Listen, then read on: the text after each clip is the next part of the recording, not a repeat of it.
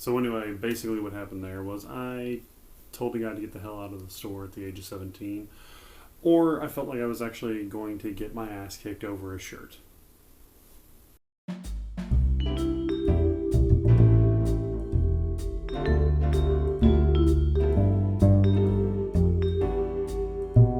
What's up, guys? Also, Chris here from Friends with Benefits, Talk Nerdy to Me shows. Here doing the stand-up sit-down thing. So, I've done a lot of retail work in my life, and a lot of that was done in a mall. I worked in a mall from like 2000 to 2009.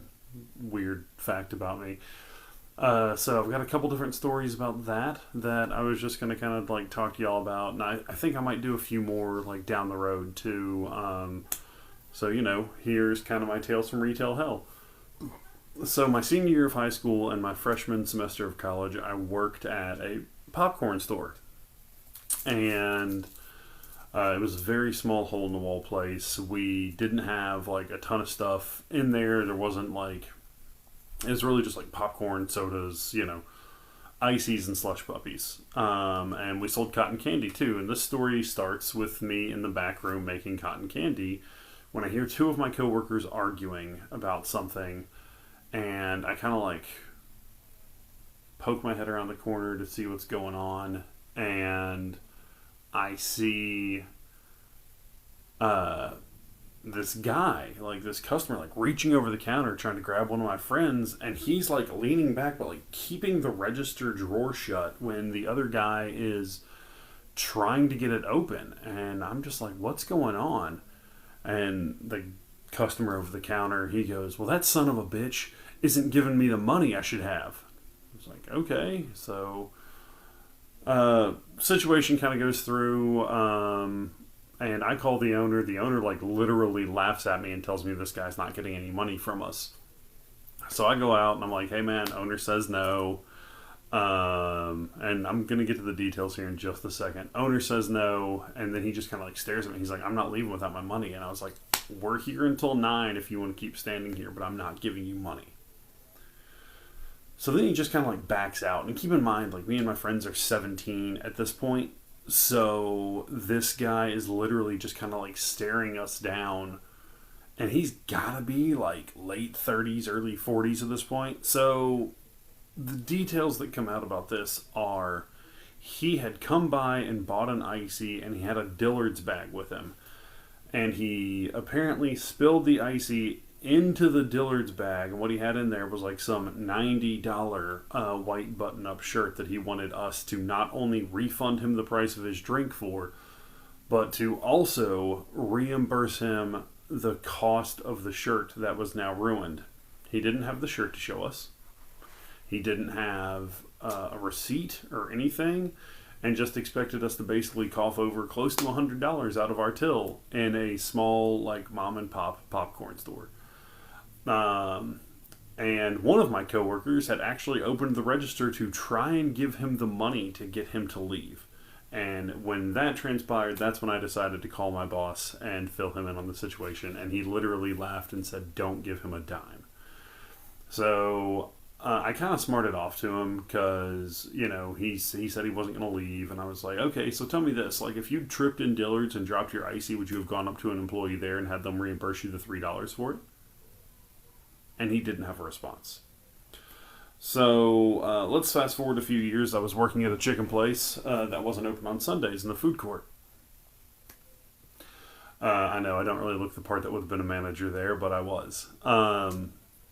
So we had this one dude who was just a problem customer. There was something different every week. He literally complained that our shake machine wasn't making his shake thick enough. His Coke didn't taste cherry enough one week. That is a serious complaint this guy had. But the one he complained about the most was that he didn't like salt on his fries. The thing is, he would never tell us. He would never come through the line and say, I want an order of fries with no salt on them. He would never do that. He would just complain after the fact. And he'd probably eat, like, realistically, he probably ate like half the thing and then was like, well, if I take these back up there, I can get more. So this particular day, it's towards the end of the day, 7:30, 8 o'clock. He comes over and like, I had just wiped down the front counters and everything. Like, I'd just gotten back back to where the registers were and everything from wiping down the front counters, and he comes up and throws this fucking tantrum. He like Gronk spikes his fucking fries down on the counter, so they shoot everywhere. He's making a scene, and he goes, "Y'all shouldn't be putting salt on the fries in the first place, but these were entirely too salty, and I want a new thing of fries." Fine, whatever. So I call back to the kitchen, tell them, "Hey, we need a medium fry, no salt." And tell him it's going to be 2.5 minutes. He doesn't say a word, just stands there and crosses his arms. And I'm not joking when I say this guy had to be close to 50.